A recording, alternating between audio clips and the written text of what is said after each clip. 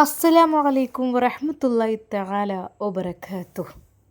വെല്ലിമ്മ പറഞ്ഞ ആ ഒരു വാക്കുകൾ അത് ഹാദിയുടെ ചെവിയിൽ ആ ഒരു വാക്കുകൾ ഇങ്ങനെ മുഴങ്ങുകയായിരുന്നു.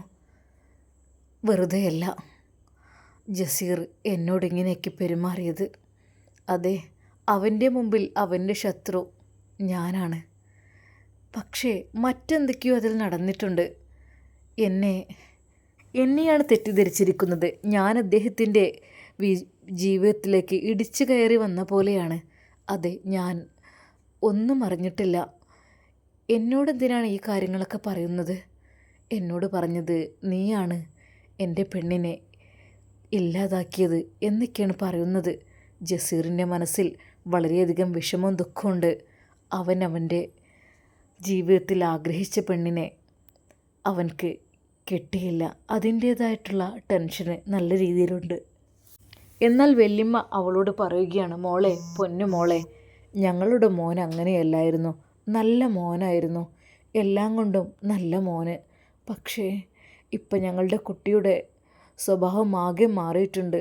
എല്ലാവരോടും ഇടയ്ക്കിടെ ദേഷ്യം വെക്കും.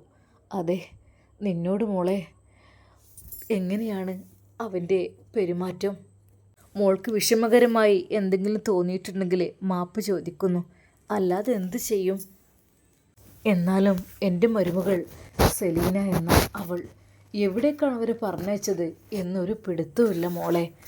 ഒരു പക്ഷേ ആ കുട്ടിക്ക് അങ്ങനൊരു ഇതുണ്ടെങ്കിൽ അതങ്ങ് നടത്തി കൊടുത്താൽ മതിയായിരുന്നു. എന്നാലും ഇങ്ങനെയൊക്കെ ചെയ്യേണ്ടിയിരുന്നോ? അന്നും അവൾ പതിവ് പോലെ അതാ മണിയറയിലേക്ക് പ്രവേശിച്ചു. അതെ, ആ ബെഡിൽ നിരാശനായി ഇരിക്കുന്ന തൻ്റെ ഭർത്താവ് ജസീറിനെയാണ് കണ്ടത്. പതിവ് പോലെ അവൾ സോഫയിൽ അതാ ബെഡ്ഷീറ്റ് നിർത്തി കിടക്കാനിരുന്നു. ഒരു നിമിഷം ജസീർ അവളുടെ മുഖത്തേക്ക് നോക്കി. ഹാദിയ, നീ ഭർത്താവുള്ള വിധവയാണല്ലേ? ഒരു നിമിഷം അവൾ ഞെട്ടിപ്പോയി. എന്താ ഉദ്ദേശിച്ചത്? അതെ, നിൻ്റെ വിവാഹം കഴിഞ്ഞിട്ടുണ്ട്, പക്ഷെ നിനക്ക് ഭർത്താവില്ല അല്ലേ? നിങ്ങളപ്പോൾ എൻ്റെ ഭർത്താവല്ലേ? അതെ, ഞാൻ നിൻ്റെ ഭർത്താവാണ്. അത് നിനക്ക് ഒരു ഉപകാരവുമില്ലാത്ത ഭർത്താവ്. ഞാൻ പറഞ്ഞിട്ടുണ്ടല്ലോ നിന്നോട്, ഈ മുറിക്ക് പുറത്ത് മാത്രമാണ് നീ എനിക്ക് ഭാര്യ എന്ന്. അതെൻ്റെ ഉമ്മയോടുള്ള വാശി കൊണ്ട് മാത്രമാണ് ഞാൻ നിന്നെ വിവാഹം കഴിച്ചത്. അത് ഉമ്മാക്ക് നിർബന്ധം, വലിയ തറവാട്ടിൽ നിന്ന് ഒരു പെൺകുട്ടിയെ വേണമെന്ന്. എൻ്റെ ജീവിതകഥ നീ വായിച്ചോ ഡയറിയിൽ? കുറച്ച്. എന്ത് മനസ്സിലായി നിനക്ക്? ഞാൻ ഇത്രയധികം നിന്നോട് ദേഷ്യപ്പെടാൻ കാരണം എന്നെ ജീവിക്കാൻ സമ്മതിച്ചില്ല. എൻ്റെ ഐശുവിനെയും എന്നെയും ജീവിക്കാൻ സമ്മതിച്ചില്ല. അതെ, എൻ്റെ കുഞ്ഞ് കൂടെയുണ്ട് അവളുടെ അരികിൽ. പക്ഷേ കൊന്നുകളഞ്ഞോ എന്നൊരു സംശയം വരെ എനിക്കുണ്ട്. എന്നോട് എൻ്റെ ഉമ്മ പറഞ്ഞെന്താണെന്നോ? അവളൊക്കെ എവിടെയാണാവോ? അവളൊക്കെ ഈ ലോകം വിട്ട് പോയിട്ടുണ്ടാവും. അവളെ ഇനി ഓർക്കേണ്ട നീ ഒരിക്കൽ പോലും നിനക്ക് അവളെ കണ്ടെത്താൻ കഴിയില്ല. നീ അതിനെ മറക്കണം. പകരം നിനക്ക് നല്ലൊരു പെണ്ണിനെ, നമ്മുടെ തറവാടിനനുസരിച്ച പുളിക്കൽ തറവാടിനനുസരിച്ച ഒരു പെണ്ണിനെയാണ് ഞാൻ കല്യാണം കഴിപ്പിക്കുന്നത് നിന്നെക്കൊണ്ട്. അതെ, ഞാൻ കണ്ടിട്ടുണ്ട് ആ കുട്ടിയെ. ഞാൻ വിവാഹം അന്വേഷിച്ചിട്ടുണ്ട്. അതിനെ തന്നെ നീ കാണാൻ പോയി വിവാഹം കഴിക്കണം. ഇല്ലുമ്മ, ഒരിക്കലും എൻ്റെ ഉമ്മ എന്നോടത് പറയരുത്. എനിക്ക് ആയിഷയെ വിട്ട് മറ്റൊരു ബന്ധം ഞാൻ ആഗ്രഹിക്കുന്നില്ലമ്മ. എൻ്റെ ഭാഗത്ത് തെറ്റ് പറ്റിപ്പോയിട്ടുണ്ട്. ആ തെറ്റ് തിരുത്തുവാൻ വേണ്ടിയിട്ട് ഞാൻ അവളെ വിവാഹം കഴിക്കുവാൻ തയ്യാറാവുകയാണ്. മനുഷ്യനല്ലേ, അറിയാതെ മിണ്ടിപ്പോകരുത്. ഞാൻ നിന്നോട് പറഞ്ഞിട്ടുണ്ട്, അവളെ എങ്ങാനും നീ വിവാഹം കഴിക്കുകയാണെങ്കിൽ ഈ വീട്ടിൽ നിന്ന് നിന്നെ ചവിട്ടി പുറത്താക്കുമെന്ന് മാത്രമല്ല, ഈ വീട്ടിലുള്ള വരുമാനത്തിൽ നിന്ന് ഒരു 5 പൈസ പോലും നിനക്ക് തരില്ല. ഒരിക്കൽ പോലും നീ പുളിക്കൽ തറവാട്ടിലെ ഒരു അംഗമേ അല്ലാതായി മാറും. പറയുന്നത് സലീനയാണ്. ഇവിടെ എൻ്റെ വാക്കുകൾ കഴിഞ്ഞിട്ട് ബാക്കി ആർക്കും ചലിക്കാൻ പറ്റുകയുള്ളൂ. അതെ, ഉമ്മയുടെ ആ ഒരു വാക്കുകൾ കേട്ട് അവൻ ഒരു നിമിഷം തല താഴ്ത്തിപ്പോയി. ഉമ്മയോട് കരഞ്ഞപേക്ഷിച്ചു, ഉമ്മ, എൻ്റെ ജീവിതത്തിലേക്ക്, എൻ്റെ മനസ്സിലേക്ക് കടന്നു വന്ന പെൺകുട്ടിയാണ് ആയിഷ. അവളെ എനിക്ക് വിവാഹം കഴിപ്പിച്ച് തരുന്നതിൽ ഉമ്മാക്കെന്താ ഇത്ര ഞാൻ അത്രയ്ക്ക് അവളെ ഇഷ്ടപ്പെട്ടു പോയി. അതെ, വീട്ടിലെ വേലക്കാരിയാണെന്ന് കരുതിയിട്ട് എന്താ അവളും ഒരു മനുഷ്യ സ്ത്രീയല്ലേ? എന്താ അവൾക്ക് മൊഞ്ചിനൊരു കുറവ്? നമ്മുടെ തറവാട്ടിലേക്ക് പറ്റിയ പെൺകുട്ടിയല്ലേ? ചീ, മിണ്ടിപ്പോവരുത് നീ. ഇതിനെക്കുറിച്ച് ഒരു വാക്കിനി പറഞ്ഞിട്ടുണ്ടെങ്കിൽ നിൻ്റെ നാവ് ഞാൻ അരിയും. ആ ഉമ്മ അട്ടഹസിക്കുകയായിരുന്നു. അതെ, അവൻ എന്ത് ചെയ്യണമെന്നറിയാതെ ഒരു ഭ്രാന്തമായ അവസ്ഥയിലായിരുന്നു അവൻ്റെ ജീവിതം. അതെ, അവൻ ഭക്ഷണം കഴിക്കുന്നില്ല, വെള്ളം കുടിക്കുന്നില്ല, ഒന്നിനും ഒരു ഉഷാറില്ലാതെ ചടഞ്ഞുകൂടി നിൽക്കുന്ന അവസ്ഥ. അതെ ഉമ്മ, ഞാൻ പോയ തക്കം നോക്കിയിട്ട് അവർ എവിടെയോ കൊണ്ടു കളഞ്ഞു അല്ലേ? ഉമ്മ, എൻ്റെ കുഞ്ഞുണ്ടായിരുന്നു അവളുടെ വയറ്റിൽ. ദയവായി നിങ്ങൾ ചെയ്തതിന് അവൻ വിതുമ്പിക്കരുത്. നാണമില്ലാത്ത കഴുതേ, പോടാ എൻ്റെ മുമ്പിൽ നിന്ന്. നാണം കെട്ടവൻ കിടന്ന് കരയുന്നു. തെറ്റൊക്കെ ചെയ്ത് കാണിച്ചു കൂട്ടിയിട്ട് എന്നിട്ടിപ്പോൾ അവളെ വിവാഹം കഴിക്കണമെന്ന് നിനക്ക് നിൻ്റെ ചിന്തലേ? ഓഹോ, അതെ, ഈ തറവാട്ടിലേക്ക് ഒരിക്കൽ പോലും വേലക്കാരിയല്ല മരുമകളായി വരേണ്ടത്. അതെ, നല്ല കോടീശ്വരി പെണ്ണായിരിക്കണം. അതിനു പറ്റിയ ഒരു പെണ്ണിന് എൻ്റെ അടുക്കലുണ്ട്. ഉമ്മ, നിങ്ങൾ എന്തൊക്കെ തന്നെ പറഞ്ഞാലും എനിക്ക് സ്നേഹം കൊടുക്കാൻ കഴിയില്ല ഉമ്മ. അവൾക്ക് സത്യമായിട്ടും എനിക്കെൻ്റെ ഭാര്യ സ്ഥാനത്തേക്ക് ഇനി മറ്റൊരു പെണ്ണ് വേണ്ട. ഡാ, മിണ്ടിപ്പോവരുത്. ഞാൻ പറഞ്ഞിട്ടുണ്ട് ഇതിനെക്കുറിച്ച് നീ കൂടുതൽ സംസാരിക്കരുത് എന്ന്. വീണ്ടും നീ എന്താ പുലുമ്പുന്നത്? അതെ, നിന്നെ എനിക്ക് വലിപ്പമേറിയിട്ടൊന്നുമില്ല.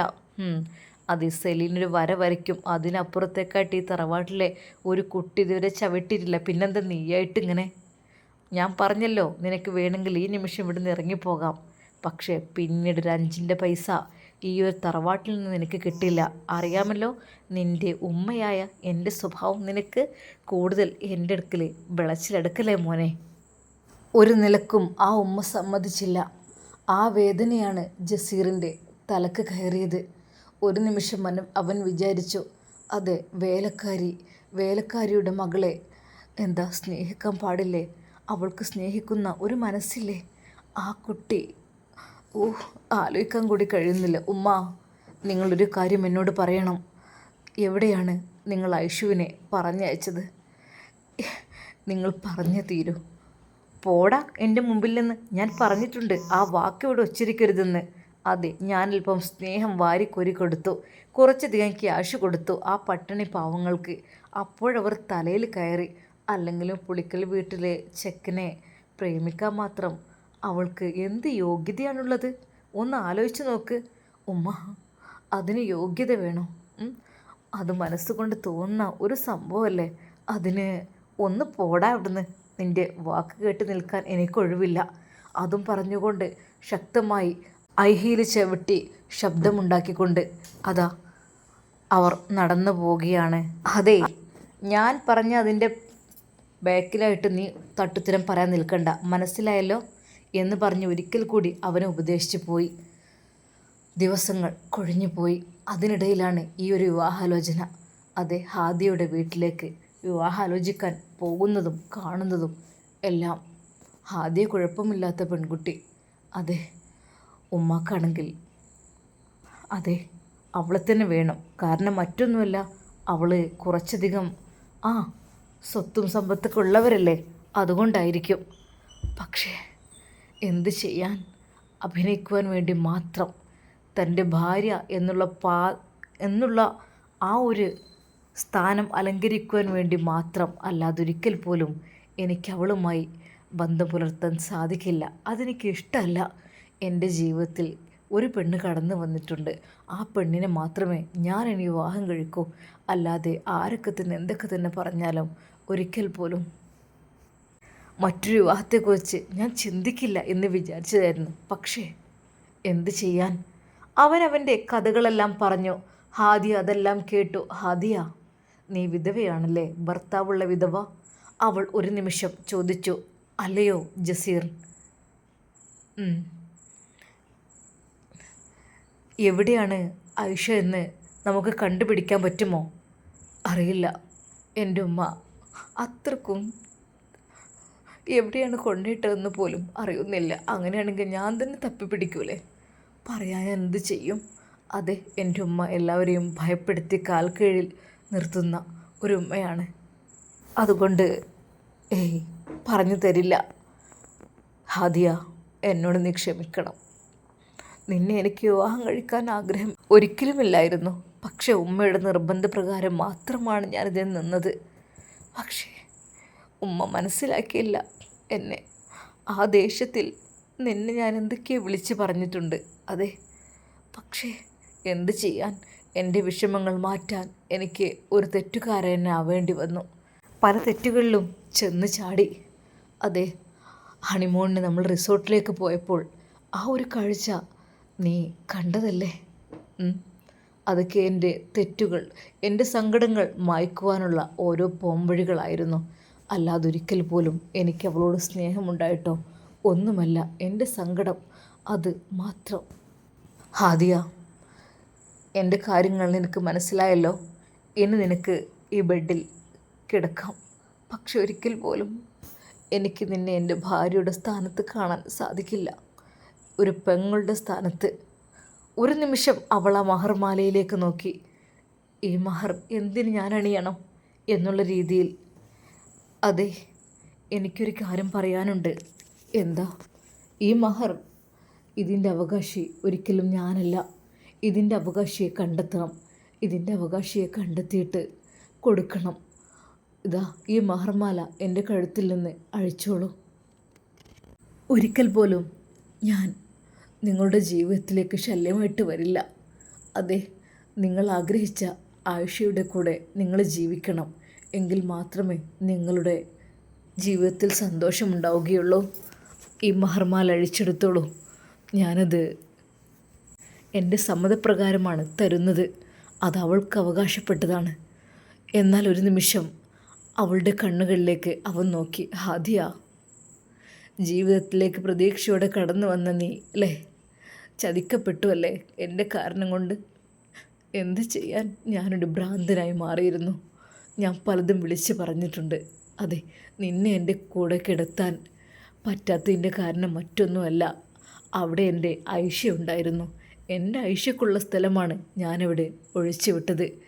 ആ ബെഡിൽ ആരും ഇരിക്കുവാൻ കിടക്കുന്നത് എനിക്കിഷ്ടമല്ല. എൻ്റെ ഐഷയുടെ സ്ഥാനമാണത്. അവളുടെ ആ സ്ഥാനത്ത് ഒരു പെണ്ണിനും ഞാൻ. പക്ഷെ ഹാദിയ, നീ എന്തെങ്കിലും അറിഞ്ഞിരുന്നോ? ഇല്ല, ഒരിക്കലുമില്ല. ഞാനൊന്നും അറിഞ്ഞിട്ടില്ല. നിങ്ങളുടെ ജീവിതത്തിൽ ഇങ്ങനൊരു ബന്ധമുണ്ടാവുമെങ്കിൽ ഞാനൊരിക്കലും അതിന് സമ്മതിക്കില്ലായിരുന്നു. അതെ, ഈ മഹർമാല നിങ്ങൾ ഊരിയെടുത്തോളൂ. ഇതാ അവളുടെ കഴുത്ത് അയാൾക്ക് നേരെ നീട്ടി. ഹാദിയ, അത് വേണ്ട. ഇത് ആയിഷയ്ക്കുള്ള മഹറാണ്. ഇതൊരിക്കൽ പോലും എനിക്കിടാൻ അവകാശമില്ല. ഒരു നിമിഷം ജസീർ പൊട്ടിക്കരഞ്ഞു. ഹാദിയ, എന്നോട് ക്ഷമിക്കണം. എൻ്റെ മനസ്സിലേക്ക് മറ്റൊരു പെണ്ണിന് സ്ഥാനമില്ല. അതെ, എൻ്റെ ഒരു സഹോദരിയുടെ സ്ഥാനത്തെ എനിക്ക് നിന്നെ കാണാൻ കഴിയുന്നുള്ളൂ. അതെ, നിങ്ങളെല്ലാവരും കൂടി എന്നെ ചതിക്കുകയാണെന്ന് കരുതിയിട്ടാണ് ഞാൻ നിന്നെ അത്രയും കുറ്റപ്പെടുത്തിയത്. ഇല്ല, ഒരിക്കൽ പോലും എനിക്കറിയില്ല. ഈ കഥ അറിയുമായിരുന്നെങ്കിൽ ഞാനൊരിക്കലും ഇതിന് കൂട്ടു നിൽക്കുമായിരുന്നില്ല. അതെ, എൻ്റെ ഉമ്മ കരുതി കൂട്ടിയാണ്. പക്ഷെ ഉമ്മാക്ക് ഒരുപാട് അഹങ്കാരമുള്ള, അതായത് ഒരുപാട് പണത്തിൻ്റെ ഹുങ്കുള്ള പെണ്ണുങ്ങളെയൊക്കെയാണ് ഇഷ്ടം. പക്ഷേ എന്ത് ചെയ്യാൻ, എൻ്റെ ജീവിതത്തിലേക്കാണ് ഉമ്മ അത്രക്കും വലിയ പണക്കാരി പെണ്ണിനെ അടിച്ചേൽപ്പിക്കുന്നത്. പാവപ്പെട്ട, അതെ, ജോലിക്കാരിയുടെ മകളാണെന്ന് വിചാരിച്ചിട്ടെന്താ? അവൾക്കും അറിയുമല്ലോ, അവളുടെ മനസ്സിലുണ്ടാവുമല്ലോ സ്നേഹിക്കാനുള്ള ആ ഒരു മനസ്സ്. അതെ, അവളും ഒരു പെണ്ണല്ലേ. എന്നെ സ്നേഹിച്ചു. ഞങ്ങൾ പല ദിവസങ്ങളിൽ ഒന്നായി തീർന്നു. പക്ഷേ എന്ത് ചെയ്യാൻ, സമ്മതിച്ചില്ല ഉമ്മ. ജസീർ പൊട്ടിക്കരഞ്ഞു. ഒരു നിമിഷം ഹാദിയക്ക് തോന്നി അവനെ ഒന്ന് തലോടി ആശ്വസിപ്പിക്കണമെന്ന്. പക്ഷേ വല്ലാതെയൊന്നും തൊട്ടടുത്തേക്ക് പോയിട്ടില്ല. അറിയാതെക്കൊന്ന് ടച്ച് ചെയ്യും എന്നല്ലാതെ. അതെ, ഞാൻ നിങ്ങളുടെ ഭാര്യ പദവിയിൽ നിന്ന് ഒഴിയാൻ തയ്യാറാണ്. എന്നെ ഡൈവേഴ്സ് ചെയ്തോളൂ. എങ്കിലല്ലേ ഈ ബന്ധം ഏർപ്പിരിക്കുകയുള്ളൂ. എങ്ങനെയെങ്കിലും ഞാനും സഹായിക്കാം നിങ്ങളുടെ ആയുഷ് തിരയാൻ വേണ്ടിയിട്ട്. ഒരു നിമിഷം അവൻ്റെ മനസ്സിൽ. ഹാദിയ, അതെ, പിന്നീടൊരിക്കലും എനിക്ക് തറവാട്ടിൽ നിൽക്കാൻ കഴിയില്ല. ഈ തറവാട്ടിൽ ഇത്രമാത്രം ടെൻഷനായി നിന്നിട്ട് കാര്യമില്ല. അതെ, ഒരു കൊച്ചു കുടിലിൽ ഞാനും എൻ്റെ പെണ്ണും ഒറ്റക്ക് തനിച്ച്, അത് മതി. അതാണ് ഞാൻ ആഗ്രഹിക്കുന്നത്. അല്ലാതെ പണത്തിൻ്റെ കൊഴുപ്പ് കൊണ്ട് ഞാൻ എന്തൊക്കെ തന്നെ കാട്ടിക്കൂട്ടിയിട്ടും കാര്യമില്ലല്ലോ. എന്നെ സ്നേഹിക്കുന്ന, ഞാൻ സ്നേഹിച്ച എൻ്റെ പെണ്ണ് ഇവിടെ പോഴിയെന്ന് എനിക്ക് ഒരൊത്തും പിടിയും കിട്ടുന്നില്ല. ഹാദിയ, എൻ്റെ ഐഷ, അതുമാത്രമാണ് എൻ്റെ മനസ്സിലേക്ക് കടന്നു വരുന്നത്. പക്ഷേ കരയാതിരിക്കൂ, നമുക്ക് എങ്ങനെയെങ്കിലും കണ്ടുപിടിക്കാം. ഹാദിയയുടെ ആ ഒരു വാക്കുകൾ കേട്ട് ശരിക്കും അവൻ ഞെട്ടിപ്പോയി. അതെ, മറ്റൊരു പെണ്ണുമായി ഞാൻ ബന്ധമുണ്ടായിരുന്നു എന്നറിഞ്ഞാൽ ഏതൊരു പെണ്ണും മനസ്സ് വല്ലാതെ വേദനിച്ച് പൊട്ടിക്കരയും. പക്ഷേ ഹാദിയ കരയുന്നില്ല. ഹാദിയ പറയുന്നത് നമുക്ക് കണ്ടുപിടിക്കാം എന്നാണ്. ഒരു നിമിഷം അവൻ അതിനെക്കുറിച്ചും ചിന്തിച്ചു. ഹാദിയ, നിനക്ക് ടെൻഷനില്ലേ ഞാനിതെല്ലാം പറയുമ്പോൾ? ഇല്ല ഇല്ല ജസീർ, ടെൻഷനില്ല. അതെ, ആർക്കൊക്കെ എന്തൊക്കെ ജീവിതം ആഗ്രഹിച്ചു അതുതന്നെ കിട്ടണം. എങ്കിൽ മാത്രമേ ജീവിതത്തിൽ സന്തോഷം ഉണ്ടാവുള്ളൂ. അതെ, നിങ്ങൾക്ക് ഐഷുവിന് കിട്ടട്ടെ, അതല്ലേ നിങ്ങൾ ആഗ്രഹിച്ചത്. അതെ, എനിക്ക് അവളെ മാത്രം എൻ്റെ ജീവിതത്തിലേക്ക്. അതിനപ്പുറത്തേക്കായിട്ട് മനസ്സിലാകുന്നുണ്ട്. എന്നാൽ ഹാദിയുടെ മനസ്സിൽ സന്തോഷമായിരുന്നു. എന്തായിരിക്കും ഹാദിയെ സന്തോഷിക്കാനുള്ള കാരണം? എൻ്റെ പ്രിയപ്പെട്ട കൂട്ടുകാർ കമൻ്റായിട്ട് രേഖപ്പെടുത്തുമല്ലോ. ഇൻഷാ അല്ലാ. എല്ലാവർക്കും അസ്സലാമു അലൈക്കും വറഹ്മത്തുള്ളാഹി തആല വബറകാതുഹു.